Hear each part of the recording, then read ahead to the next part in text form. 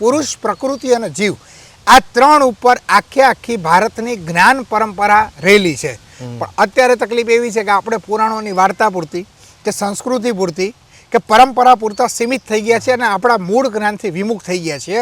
એટલે ફરીથી આપણે મૂળ જ્ઞાન તરફ જવાની જરૂર છે. આ ઇતિહાસને વિકૃત કરવામાં એક ચોથો પાયો જવાબદાર છે, જેનું નામ હતું લોર્ડ મેકોલો. લોર્ડ મેકોલોએ ભારતની શિક્ષા નીતિ તૈયાર કરી. એની અંદર જો આસ્તિક અને નાસ્તિકની વ્યાખ્યા કરીએ તો એવું છે કે જે લોકો જે વિચારધારા વેદો સાથે સંમત છે, વેદોમાં માને છે, એને આસ્તિક કહેવાય છે. જે વેદોમાં નથી માનતી એને નાસ્તિક કહેવાય છે.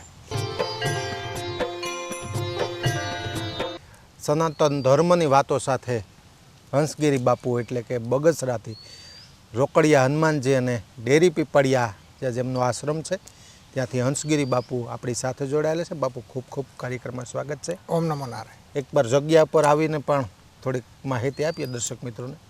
લોકો પ્રશ્ન કરતા કે બાપુને અમારે મળવું, ક્યાં જવું, તો એક આશ્રમનો એપિસોડ પણ બનાવશું. બાકી દર્શક મિત્રોને વચ્ચે યાદી કરાવી દઉં કે મળવું હોય રૂબરૂ તો જઈ શકો. બગસરાનું ડેરી પીપળિયા ગામ અને ત્યાં રોકડિયા હનુમાન મંદિર છે, ત્યાં બાપુની જગ્યા આવેલી છે અને ત્યાં બાપુ મોસ્ટ ઓફ હોય છે, ક્યારેક બહાર હોય છે. બાપુ હવે મૂળ સંવાદની અંદર આવીએ. ભારતીય સાંસ્કૃતિક પરંપરા, સનાતન ધર્મની પરંપરાની વાત કરીએ. પ્રથમ એના તત્વો, કેટલું નુકસાન, એના વિભાજનો, એની પેટા શાખાઓ, એવી વાતો કરશું. તે પહેલાં પરિભાષા સમજી લઈએ. બરાબર. ખૂબ ગહન વિષય છે. હવે દરેક દર્શક મિત્રોને ઓમ નમો નારાયણ. વિજયભાઈ, આપને પણ ઓમ નમો નારાયણ. હવે અત્યારે સાંપ્રત સમયમાં તકલીફ એવી થઈ છે કે આપણે પુરાણો ઉપર મોટાભાગે નિર્ભર થઈ ગયા છે. બરાબર છે. એટલે હિન્દુ ધર્મની અસલ જે દર્શન છે, અસલ જે જ્ઞાન છે ને એનાથી ક્યાંકના ક્યાંક આપણે વિમુખ છીએ. પુરાણો ખોટા નથી, પણ એ મૂળ શાસ્ત્રોમાં ના બહુ નીચા લેવલના શાસ્ત્રો છે. હવે મૂળ હિન્દુ ધર્મની પરિભાષા, જેને આપણે સનાતન ધર્મ કે વૈદિક સંસ્કૃતિ જે કહીએ છીએ, એને જો સચોટ ભાષાની અંદર સમજવું હોય તો સૌથી પહેલાં અસ્તિત્વમાં 4 વેદ હતા. બરાબર. 4 વેદની અંદર પણ વેદમાં મુખ્ય 2 ભાગ હતા. એક હતો જ્ઞાનકાંડ અને એક હતો કર્મકાંડ. તો ઋષિમુનિઓએ વિચાર્યું કે જે લોકોને જ્ઞાનકાંડથી મતલબ છે એ લોકોને કર્મકાંડનો અભ્યાસ કરીને શું ફાયદો. તો એમાંથી ઉપનિષદ બન્યા, જેને આપણે વેદાંત કહીએ છીએ. ઉપનિષદ પછી જે વિષય આવે છે એ આવે છે આપણા દર્શન શાસ્ત્રો. બરાબર છે. દર્શન શાસ્ત્રની અંદર પણ જો આપણે જોઈએ તો એમાં એક વ્યાખ્યા છે આસ્તિક દર્શનો અને નાસ્તિક દર્શનો. હવે આપણે જ્યારે આસ્તિક અને નાસ્તિકની વિજયભાઈ વાત થાય એટલે આપણે એવું સમજીએ કે ઈશ્વરમાં માને એ આસ્તિક છે અને ઈશ્વરમાં જે નથી માનતા એ નાસ્તિક છે. પણ ભારતના પરિપ્રેક્ષ્યમાં એની વ્યાખ્યા આસ્તિક અને નાસ્તિકની એ રીતે નથી. ભારતના પરિપ્રેક્ષ્યની અંદર જો આસ્તિક અને નાસ્તિકની વ્યાખ્યા કરીએ તો એવું છે કે જે લોકો જે વિચારધારા વેદો સાથે સંમત છે, વેદોમાં માને છે, એને આસ્તિક કહેવાય છે. જે વેદોમાં નથી માનતી એને નાસ્તિક કહેવાય છે. એમાં ઘણા બધા દર્શનો છે, પણ એમાંથી મુખ્ય દર્શનની જો વાત કરીએ તો 6 આસ્તિક દર્શનો છે. પહેલાં તો દર્શન શું એ થોડુંક આપણે લઈએ. દર્શન એટલે કે આ જીવનને, આ જગતને, આપણે શું છીએ, આપણે પોતે શું છીએ, શા માટે મતલબ આ જગતને જોવાની એક દ્રષ્ટા. બરાબર. આપણે જોઈએ ને કે આપણે દ્રષ્ટા તરીકે કહીએ છીએ. બરાબર છે. પછી આપણે એક શબ્દ વાપરીએ છીએ પ્રજ્ઞા, એટલે બુદ્ધિના ઉચ્ચ સ્તરની વાત છે. બરાબર છે. તો પ્રજ્ઞા ચક્ષુ શબ્દ પણ વાપરીએ છીએ. તો એક ઉચ્ચતર બુદ્ધિ દ્વારા જીવનને જોવું એનું નામ છે દર્શન, જેનું પૂરેપૂરું ટ્રાન્સલેશન ફિલોસોફી નથી થતું, પણ અત્યારના પરિપ્રેક્ષ્યની અંદર આપણે એને લઈએ છીએ ફિલોસોફી. બરાબર છે. તો એમાં પણ ભાગ છે. 6 આસ્તિક દર્શન છે અને 3 નાસ્તિક દર્શન છે. 6 આસ્તિકમાં વાત કરીએ તો વૈશેષિક દર્શન છે, ન્યાય દર્શન છે, સાંખ્ય દર્શન છે, યોગ દર્શન છે અને મીમાંસા દર્શન છે.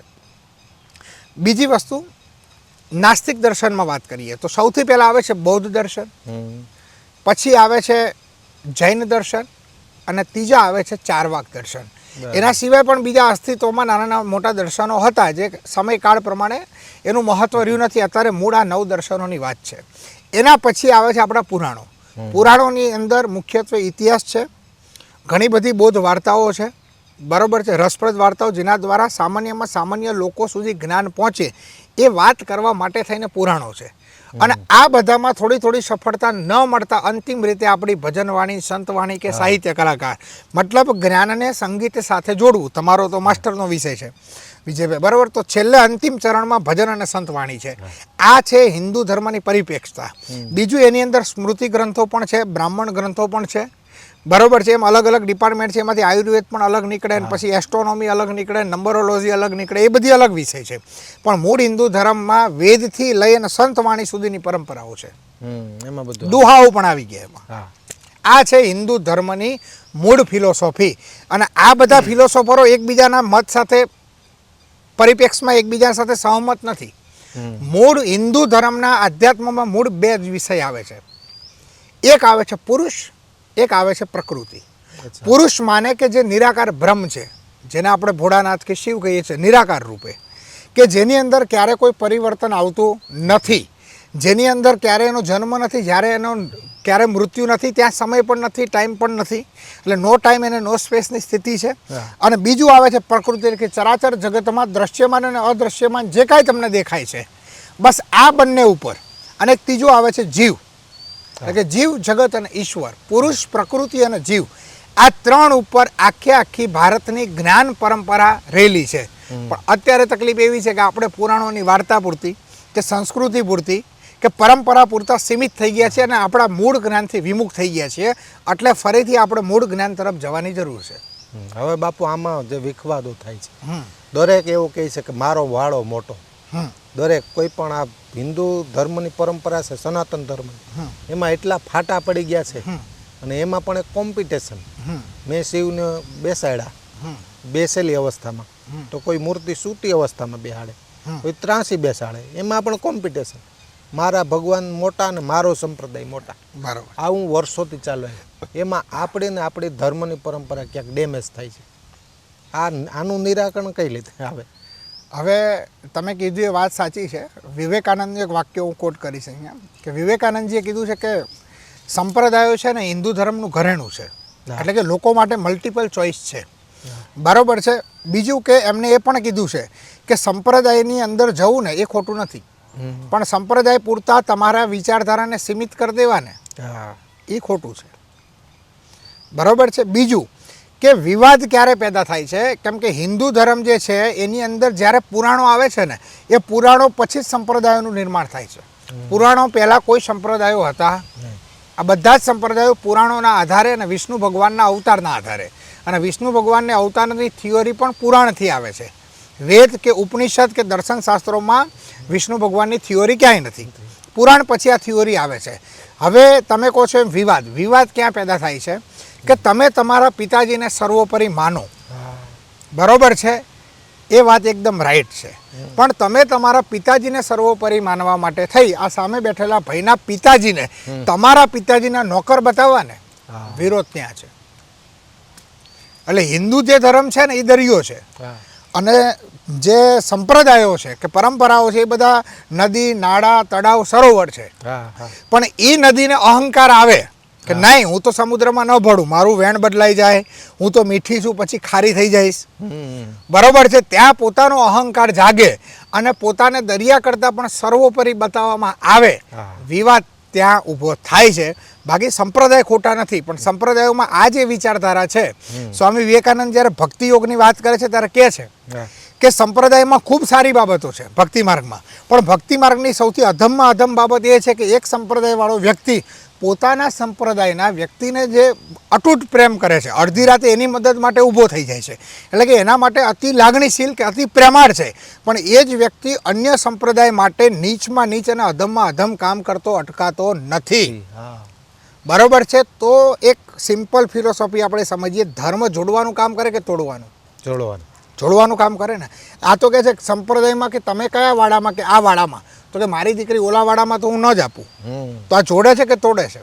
તોડે છે. એક ભાઈ આ સંપ્રદાયમાં છે, બીજો ભાઈ એ જ સંપ્રદાયના બીજા ફાટામાં છે, જે કારણોસર અલગ પડ્યો છે, તો આ ભાઈ ઓલા ભાઈના ઘરે જમવા માટે રાજી નથી. તો આ ધર્મ છે કે ધર્માભાસ છે? તમને ધર્મ જેવું લાગે છે, પણ મોટા ભાગે હોય છે ધર્માભાસ. બીજું, અને સૌથી મોટી વિકૃતિ ત્યારે આવે છે સંપ્રદાયમાં કે જ્યારે મર્યા પછીની મોટી લાલચ આપે કે તમને ફલાણું ધામ મળી જશે મર્યા પછી, સિક્કો ફાઇનલ, સ્ટેમ્પ પેપર ફાઇનલ, આવું બધું બી ચાલે છે. સિક્કાઓ મારે છે. ઘણા સ્વામી મેં જોયા છે સિક્કો મારીને કહે છે સંપ્રદાયનું નામ નથી લેતો કે તમારું અક્ષરધામ 1 કરોડ દાન આપ્યું એટલે અક્ષરધામ તમારું પાકું, કે ફલાણું ધામ તમારું પાકું, ઉપર કે તમે વૈકુંઠ અપ્સરા તમારું છો. પાકું. હા વૈકુંઠમ. હવે તમે એક સિમ્પલ વિચારો કે આપણું શરીર આપણી સામે જ આપણા સગા વહાલા પંચ મહાભૂતોમાં બાળી અને મતલબ અગ્નિ સંસ્કાર આપી દે છે. હવે આ તમારું શરીર જતું રહ્યું. હવે જીવ તો અતિ સૂક્ષ્મ છે, હા તો એ જીવને એ બીજા લોકમાં જાય તો ભોગવે કઈ રીતે? સૂંઘવા માટે નાક જોઈએ તો નાશ પામ્યું, સ્પર્શ માટે ચામડી જોઈએ તો છે નહીં, સ્વાદ માટે જીભ જોઈએ છે નહીં. મતલબ તમારી કર્ણેન્દ્રિય અને જ્ઞાનેન્દ્રિયો નાશ પામ્યા પછી તમે કોઈ વસ્તુને ભોગી શકતા નથી. તો પછી મર્યા પછીની આટલી બધી લાલચો બરોબર આપી અને મોટા મોટા વાડા પેદા કરી અને તમે ધર્મનો ફેલાવો નથી કરતા પણ ધર્માભાસનો ફેલાવો કરી રહ્યા છો. અને બીજું બાપુ ઇતિહાસોમાં પણ પરિવર્તન. આમાં ઇતિહાસો પણ મારી મરોડીને આ પુસ્તકો નથી કહેતા કે ભાઈ હવે નાશ કરો પુસ્તકો, હમણાં વિવાદ થયેલા. પુસ્તકોનો નાશ ક્યારે કરવો પડે કે ખોટું લખાયેલું હોય. એટલે અત્યારે આપણે સાંપ્રત સમયમાં જોઈએ છે કે ઇતિહાસને પણ ફેરવીને કે એમાં પ્રાચીન સમયમાં એવું થતું કે ભાઈ લહિયાઓ લખતા, થોડુંક પોતાનું જ્ઞાતિનું ગૌરવ હોય તો ઉમેરતા, એ સ્વાભાવિક છે, એવું થતું. અત્યારે સાંપ્રત સમયમાં કયા ઇતિહાસની સચ્ચાઈ છે ને એ જ ખબર નથી પડતી. સાચું કયું ને ખોટું કયું ઇતિહાસમાં એ ખ્યાલ નથી આવતો. અત્યારે વિજયભાઈ તમે કોઈ એવી સ્થિતિ છે કે એક ભગવદ્ ગીતા તમારે વાંચવી હોય તો કોનું ભાષ્ય લેવું? કેમ કે 50 થી 100 લોકોએ અલગ અલગ ભાષ્ય કર્યા છે અને પોતાની રીતે કર્યા છે. અમુક વ્યક્તિઓએ પોતાને સાચા સિદ્ધ કરવા માટે ભગવદ્ ગીતાના ઉદાહરણને કોટ કર્યા છે. હમણાંના એવા કેટલાક સંપ્રદાયો છે જે પોતાના જે કાંઈ એના સર્વોપરી હોય એને સાબિત કરવા માટે થઈ અને પુરાણોના શ્લોકને પણ બદલી નાખ્યા છે. કૃષ્ણ ભગવાનના શ્લોકને પણ મતલબ ભગવદ્ ગીતાના શ્લોકને પણ પોતાની રીતે રજૂ કર્યા છે. વેદોના શ્લોકમાં એકાદ શબ્દ પકડી અને એનું મિલાંતરણ કર્યું છે. હવે મને એક વાક્ય યાદ આવે છે, ભીમરાવ આંબેડકરનું વાક્ય છે કે ભીમરાવ આંબેડકરે કીધું હતું કે જે લોકોને પોતાનો ઇતિહાસ નથી ખબર ને એ પોતાના ભવિષ્યના પાયાનું નિર્માણ ક્યારે નહીં કરી શકે. આ મહાન ભીમરાવ આંબેડકરનું એક વાક્ય છે.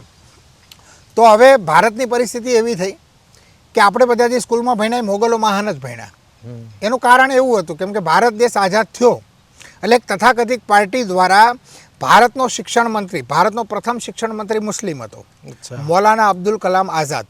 બીજો શિક્ષણ મંત્રી પણ મુસ્લિમ હતો અને ત્રીજો શિક્ષણ મંત્રી પણ મુસ્લિમ હતો. એટલે શરૂઆતના 15 વર્ષ મુસ્લિમ વ્યક્તિ.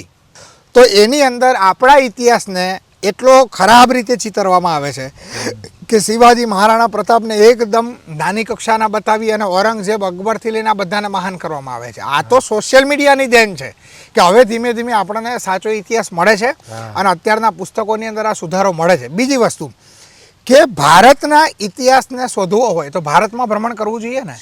એક 20 વર્ષની એક કહેવાય ને જેને લેપ્ટિસ, બરાબર છે, લેપ્ટિસ વિચારધારાની સ્ત્રી, એને ભારતના લોકો એનો ઇતિહાસ લખવા માટે આપે છે અને એ વિદેશમાં જઈને ભારતનો ઇતિહાસ લખે છે.